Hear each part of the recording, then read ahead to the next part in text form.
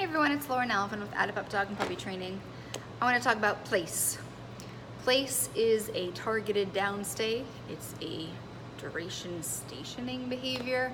It's go to your bed, lay down, and remain there until I tell you to get up. This is the same sort of process you would use to teach a dog to go in their crate, just, with the crate and the door and all the other stuff until you ask them to get out. It's the same process that you would use for any other stay too, but there's a couple more levels since we're doing on the bed. But it's after that, it's the same. You're raising criteria gradually and releasing, etc. So this is really useful in the kitchen. If your dog likes to get underfoot when you're preparing or trying to eat food, it parks them somewhere else. So place, there they go, over there. Dog's there, you're there, food's here, near the twain shall meet. It's useful if you go to like an outdoor cafe. You can bring your dog's travel bed with you, or they just kind of learn this as a behavior. It doesn't have to be on a bed. Tell them settle or down or place or whatever you want, and they just stick it there instead of jumping all over the waitress and all the other tables and having a grand old time. It's useful at the door. If your dog tries to rush out the door, which is dangerous, or if they jump on guests when they come in, you teach your dog a nice solid place, then you doorbell, knock, place, dog goes there, parks themselves, you can open the door safely, get your pizza, etc. You could even teach your dog that knocking or the doorbell is the cue to go to their place. So I'm teaching it with a word, but you add a new cue. I have a video way back of that that you could do. It's ding dong, cue, go to the bed. And then eventually they hear ding dong and they go whoop, over to the bed, park themselves. You don't have to worry about it at all. It's useful around kids. If you have a toddler in the house, or any kids, honestly, it's a way to park the dog somewhere else. So I used this a lot when my son started crawling. When he was a little lump, then she was just sort of on the floor hanging out near me. But once he started moving and she was like, whoa, you move? Then we had a bed in every room we ever hung out with, and I'd say place, she went over to bed, she laid down there, and there we go. It's just a way to park your dog. So I need you out of this zone, or I need you refraining from going to another zone. I need to park you right there, and I need you to stay there until I tell you to get up. The importance of that is, for whatever you use this for, we want to make sure that your magical word or your magical signal is the thing that releases them. So when we add distance, duration, distraction to this, we don't want the dog to learn that as soon as I turn my back, that means you get up, or when I walk away or shift my weight or break eye contact or something, that means get up. If you remember in class, the teacher would say, Bella doesn't dismiss you, I dismiss you. All these other things don't dismiss you. Magical word is what dismisses you. And that's about safety, depending on what you're using it for, but that's also what makes it a useful behavior. Go to your bed and lay down until you don't feel like it anymore. Isn't that useful? Do it until I tell you can get up is a lot more useful for us humans. So we're gonna do this a couple levels. Raise our criteria as the dog succeeds. First step, all they have to do is put their paws on the mat. That's the first bar they have to clear. Click and treat for paws on the mat. Second bar, once we're getting nice good paws on the mat, is gonna be butt on the mat. Oh, I shouldn't do that. That's the head, butt on the mat, dog sitting on the mat. And then elbows on the mat for a down, and then elbows on the mat, and every other thing that I need to do in whatever situation that I might use place for. So I'm just gonna be walking around, maybe I'll answer the door or something like that, but if you plan on using this in the kitchen, then you're gonna practice it near the kitchen, you're gonna open the fridge, you're gonna pull out food, you're gonna do stuff, you're gonna turn your back, open the oven, etc. All the trappings of whatever it's gonna look like in real life when you use this is gonna come in level 4, morphing into real life for whatever it's gonna look like when you use it. So we'll start with Miss Nina. We're gonna start with just paws on the mat, clicking and treating. When we start this, we are not going to use a cue yet. So if your dog's brand new to this, they don't know exactly what they're doing to get paid yet. Level 1 is just about you get paid on the mat, and then magic word, you get paid off the mat. You get paid on the mat, magic word, you get off the mat. Once they go, oh, okay, I get on the mat, that's what I'm getting paid for. When they're making a deliberate choice to do something, then we can name it, and that'll be step 2. So the only words besides good job, I love you, you're beautiful, that I'm gonna use in level 1 is okay. That is my release cue, okay. Mickey Mouse voice, exclamation point. It's not something that I say. It's not accidentally going to come out when I'm, using place with my dog. I have other clients who use release, free, all done, whatever you like. Something that you can remember, but you're not accidentally going to say, like, good job, or what a good girl, or hi, how are you, something like that. It's got to be distinct and memorable for both of you. So I'll readjust the camera, pop you on my tripod, and we'll get going. So I've got Nina's bed set up. For beginner dogs, I like to use something flat. If it's a bed with like bolsters or sides on it, it's hard to walk on and off and on and off real quick. So, and that's what we're gonna be doing the first couple stages, so I like something flat. She is going to get her first click for feet on the mat. That's her first criteria. All you have to do is put your cute little paws on the mat. Once she's on there, I'm gonna click and treat about 3 to 5 more times, and then I'm gonna give my magical get off cue. Okay. I'm gonna click her once when she gets off. So, 3 to 5 on, 1 off. She's gonna go over there. 3 to 5 on, 1 off. Level 1 is click for feet on the mat. Ready? Yeah, I got the ones that are hard to break up. Here we go. So I'll just start to use my body language. I'm gonna pay her right there. If she offers to sit her down at this point, that's totally fine. But I'm not gonna wait for it just yet.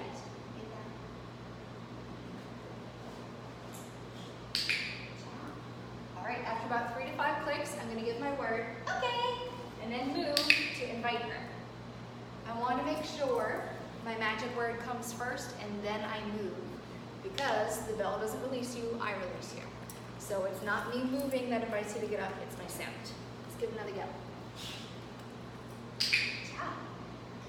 So Nina knows this. If your dog were not going on the mat as quickly, you might need to lure them with a treat, that's fine. Or you could try this with their leash on, they're more likely to follow you. You could toss treats on the mat, anything you like. We're just catching 4 feet on the mat. I'm paying her directly on the bed between her paws. Okay. Quick when the feet come off. Let's do one more round. Yeah, so that's what you're gonna get. The dog's gonna go, oh, I know what you want. You want me to put my feet here? You are correct, that is what I want. Good job. You want to wait too. 3 to 5, and then okay. Good job. All right. Level 2. Now that she is deliberately stepping on the mat, that means we can add a word to this. Nina already knows place, so I'm going to call this Daisy. We are going to add a word. We're going to raise the criteria, and we're going to define what our first and second clicks are. So I'm going to say the word, van a white hand towards the bed if I need it. First click happens for the butt. Now your feet ain't good enough, now it's got to be a sit. I'm going to give her a couple seconds when she gets there to think about it. Most dogs who've had any training, particularly with sit, will go, this isn't working. What's the next best thing to try? Sit. I'm going to give her about 3 seconds to think about that. If she does it in those 3 seconds, I'm going to pay her. If she does not, I'm going to silently give her a body language hint. So first click for butt. The second click is going to be for elbows. Many dogs, if they learn sitting down, will go, okay, this isn't good enough. What else can I try? A down. I'll click and treat for that. Again, I'll give her 3 seconds to think about it. If she doesn't get it in 3 seconds, silently give her a body language hint. Adding a word, first click for butt, second click for elbows. The rest of the clicks are the same for staying on the mat and then one for getting off. Ready, baby? Go. Daisy. First click for butt. Yeah, second click for elbows. I'm going to pay her on the mat, right between her feet. If I can get this broken out fast. There we go. Good job. So I'm trying to click when she's not actively eating, but she's still on the bed. If there was a messy treat there, if she was eating for a long time, she could be staying there because she's learning that I want her to stay there, or she could just be getting lucky and eating the food. She could get up and go anywhere she wanted right now, but she's not. And that's the decision I want to make. It's a weird noise. Okay. Good job. Nice. Find it. All right, let's do one more level 2 one. You ready? Say the word. Daisy. First click for butt. Good job. Second Second click for elbows. Nice, good job. Subsequent clicks for staying on the mat. Good job. You can also start counting here, in between your other clicks. Good job. Your last one's gonna be, okay. Good job. Level 3. Sneak. Level 3, uh-oh. You're so good. Good job. By now, your dog should be offering it. All right, so level 3, we've added the word. We've raised criteria from feet to butt. Now we're raising it again. Feet ain't good enough, butt ain't good enough. I want automatic downs. Your first paycheck comes for down on the mat. So first click and treat for elbows, subsequent clicks and treats for distance, duration, distraction. Distance is how far away you're getting from your dog. If you're out of their bubble, then they're less likely to pay attention to you. Duration is how long you're going between clicks, how long you're going between paychecks. And distraction is everything else. It's breaking eye contact, it's doing a little dance, it's bending over, it's answering the door, it's opening the fridge, it's whatever's gonna go on in your life. So, I'm gonna say the cue. Van a white hand if I need it, but by this point they really shouldn't. Feet ain't good enough, butt ain't good enough. First click for elbows. And then I'm gonna add distance, duration, and distraction. By this point, after a couple rounds, your dog should be going, you say the word, maybe a little hint, they go and they lay right down. They don't have to think about it. You ready, Pepe? Daisy. Good job. She's a little off the mat, but I'll take it. Still gonna feed her between her paws. So now I'm gonna count. Duration's always a good one to start with. You only wanna add one of those at a time. So she's going 10 seconds. The next round, I'm not gonna go 15 seconds and take 4 steps away. If I wanted to add distance, then I bring back the time a little bit. You can only add one at a time, or it's gonna fall apart. Good job. And we don't want them making mistakes, because then they're learning how to make mistakes. Okay. Good job, nice. Go find it. Do it again. I'll add some distance this time. Daisy. Good job. All right, you want to click the most difficult point for your dog. So when you're counting, obviously it's the highest number that you're counting to. Good job. When we're doing distance, it's going to be the hardest point for them. So when you are the furthest away, that's when you click, come all the way back and pay them. Nina's pretty good at this, so I'm gonna jump. Furthest away, come all the way back, nice and calm, and pay them. If they jump up on your way back or on your way out, that means they're not ready for it yet. If you find yourself getting nervous on your way back, that means you're not ready for it yet. It should be easy enough for them to do so they can do it right. Okay, good job. You can release your dog from up close or far away, but Daisy, make sure you're not making a pattern out of it. If you only ever tell your dog to place, walk 20 feet away, okay, and release them, oops, then they're going to figure out that place means I lay on my bed until the person walks 20 feet away and then they'll call them to me, which is not very much of a duration.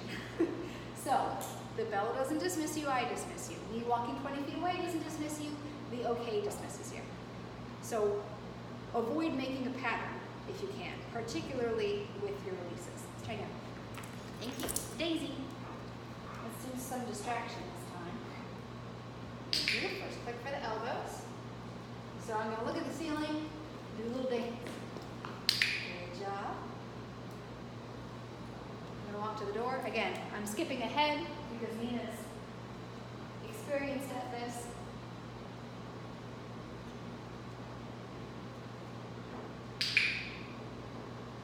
Most difficult point for the dog. The click is marking that bar that they're jumping over. So I made it to that one, I made it to that one, I made it to that one. Okay, good job. Go find it. Let's do one more round. Daisy. Also try to cue them when you're facing in different directions.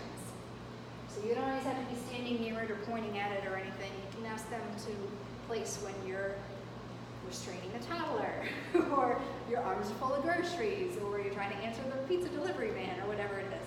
I'll do a nice duration for this one. Maybe some distractions.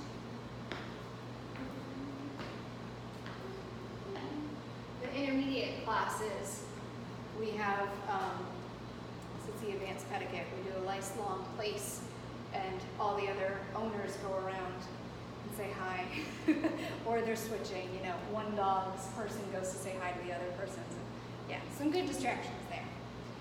So she's been down for a while. She's got another maybe minute or so before I think she might expect a paycheck.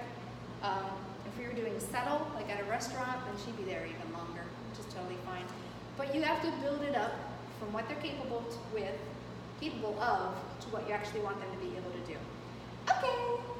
Yeah, good girl, nice. So picture what you would use this for. And once you've got it in a nice, easy, clean training session, you're gonna go try it in something that approximates whatever your real life thing's gonna be. And then you're gonna try it in your actual real life thing, but with plenty of training trappings.